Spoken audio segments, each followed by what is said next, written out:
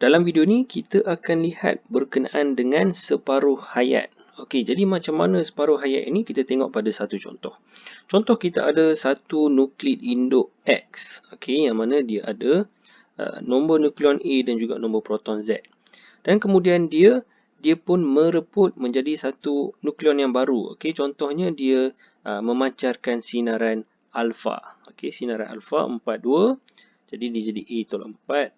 Z tolak 2. Okey.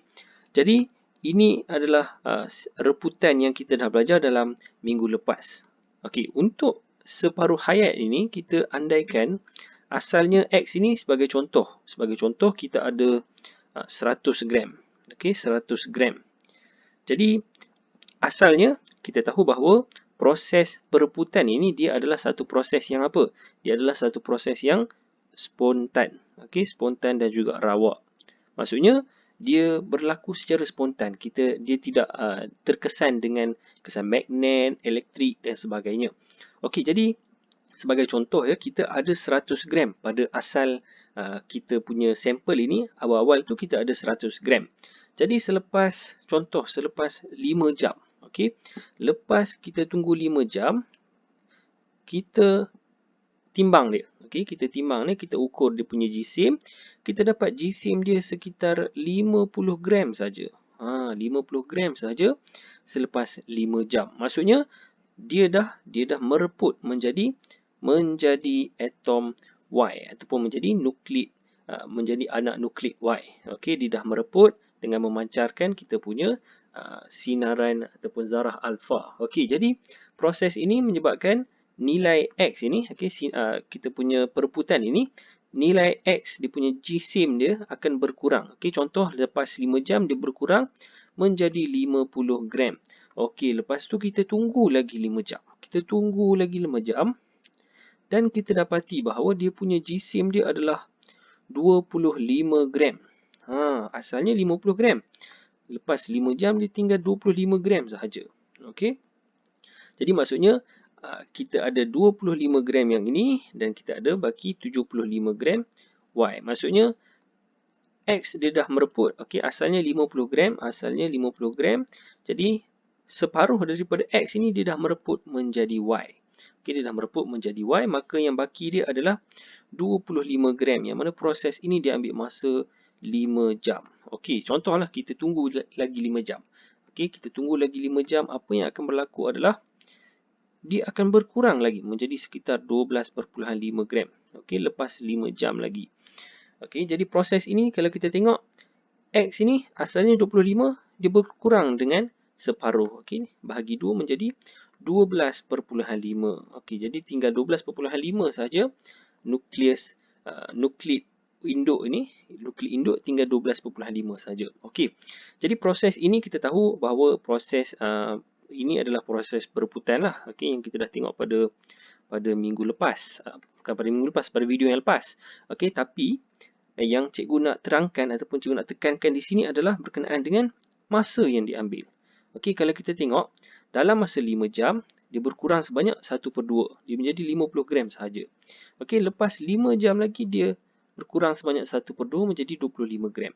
Jadi kalau kita tengok setiap 5 jam dia punya jisim dia ataupun baki dia adalah separuh daripada dia punya baki asal. Jadi ini adalah berkaitan dengan separuh hayat yang mana 5 jam ini dikenali sebagai dia punya separuh hayat. Okey, separuh hayat untuk atom X. Okey. Dan lagi satu adalah separuh hayat ini, T ini dia bergantung kepada kita punya nuklid lah. Maksudnya sebahagian nukleus, okey, sebahagian nukleus dia mengambil masa yang sangat lama untuk mereput. Okey, sebagai contoh, cikgu ambil dari buku ni, americium 241. Okey, dia punya separuh hayat adalah 433 tahun. Lama tu. Okey. Dan yang kedua, cikgu ambil lagi satu contoh, barium 131. Dia punya separuh hayat adalah 12 hari. 12 hari. Okey, jadi kalau tengok daripada dua-dua contoh yang cikgu bagi ni, maksudnya contoh asalnya kita ada americium. Cikgu tak pasti simbol apa. Okey, contoh cikgu tulis EM saja. Okey, asalnya americium ini dia ada, kita ambil contoh, dia ada 100 gram. Okey, dia ada 100 gram. Jadi lepas kita tunggu 433 tahun, selepas 433 tahun. Okey, jadi americium ini asalnya 100 gram. Okey, asalnya 100 gram. 100 gram americium. Lepas 433 tahun, apa yang akan berlaku adalah jika kita timbang dia punya jisim dia, kita akan dapat baki hanya 50 gram sahaja. Okey, dan selepas lagi 433 tahun, hanya tinggal 25 gram. Yang mana ini dah berkurang sebanyak setengah. Yang ini pun kurang sebanyak setengah ataupun separuh. Okey, dan untuk barium pula, kita tengok untuk barium. Dia punya separuh hayat adalah 12 hari. Maksudnya contoh kita ada 100 gram barium, kita timbang ni 100 gram pada hari yang pertama, selepas 12 hari apa yang berlaku adalah dia akan berkurang sebanyak 50 gram. Okey, kemudian dia menjadi 25 gram selepas lagi 12 hari. Okey, jadi kita tengok dia punya separuh hayat ini, separuh hayat dia bergantung kepada kita punya bahan. Okey, proses peruputan dia bergantung kepada bahan dan sama juga berkenaan dengan separuh hayat dia bergantung kepada bahan tersebut. Jadi untuk kita tengok dia punya definisi, okey, cikgu dah tulis dekat sini definisi untuk separuh hayat. Jadi ini adalah definisi untuk separuh hayat yang mana dia adalah masa yang diambil untuk bilangan nukleus yang belum mereput. Okay, kita tengok yang belum mereput tadi adalah 100 gram.